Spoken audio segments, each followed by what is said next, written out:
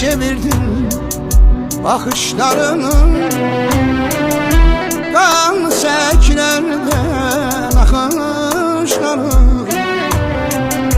günlərə qərq olmuş başdaşlarını, namusu qeyrəti daşını şəhidlər.